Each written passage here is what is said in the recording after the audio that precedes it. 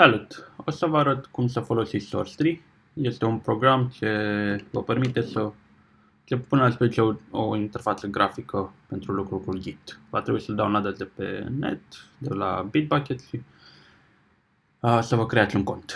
După ce l-ați downloadat, îl deschideți și apoi va trebui să creați un nou repository. Interfața s-ar putea să difere un pic pe Mac față de Windows sau Linux, dar trebuie să mergeți la New și să dați Add Existing Local Repository. Mergeți unde aveți voi laboratoare rezervate și dați Open.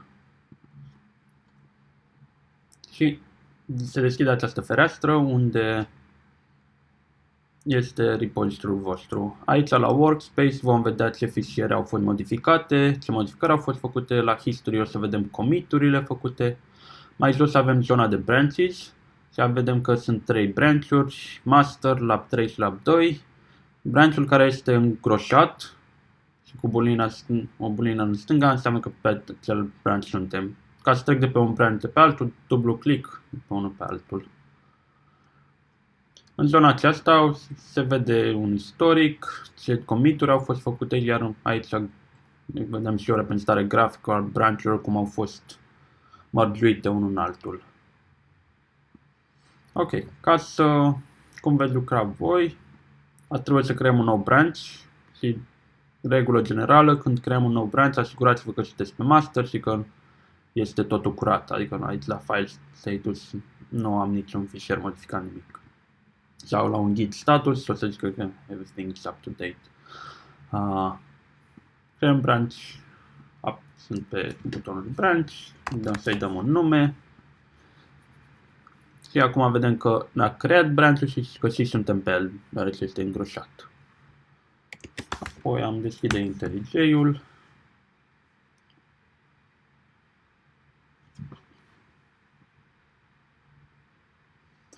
Și să zicem că mergem la laboratoare și să le deschidem pe CSI College. Open, next.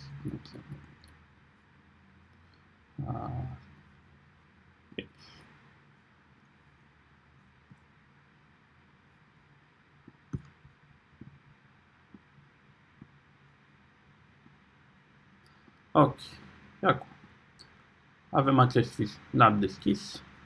Dacă mergem, încă nu ne apare nimic, să zicem că fac aici o modificare.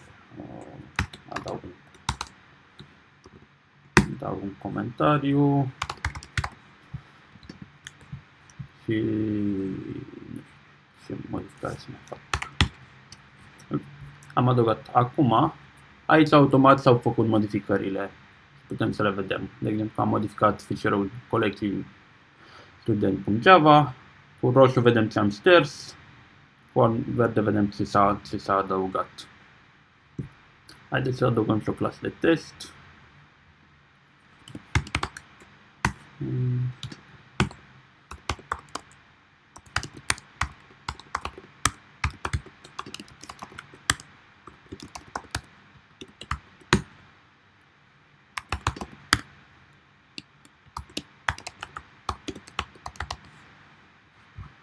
Bun.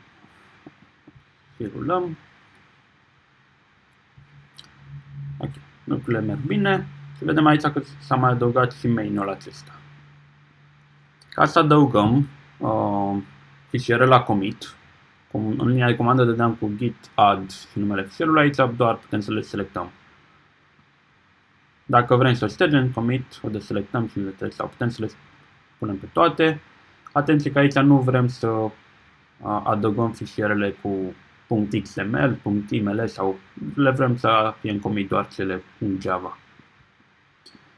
Ca să scriem un commit, mergem jos aici și scriem mesajul de commit, apăsăm butonul de commit. Acum, dacă mergem, de exemplu, la history, o să vedem că suntem pe branch de test și s-a adăugat commit-ul aici. Ca să dăm push, efectiv, am dat push aici și selectăm și ce branch vrem să-l facem push și după aia ok, eu nu o să fac lucrul acesta. Dar așa putem să facem grafic, poate este mai ușor și mai intuitiv. Haideți să mai modificăm ceva pe aici. Să mai dau.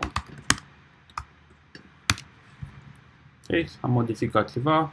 File status o să văd. Dacă să zicem că nu-mi place această modificare, pot să dau click dreapta pe ea și acum am mai multe. Pot să dau remove, dar asta înseamnă că mi-l șterge, dar pot să dau reset și îmi resetează cum era fișierul înainte să fac eu modificări la ultimul commit.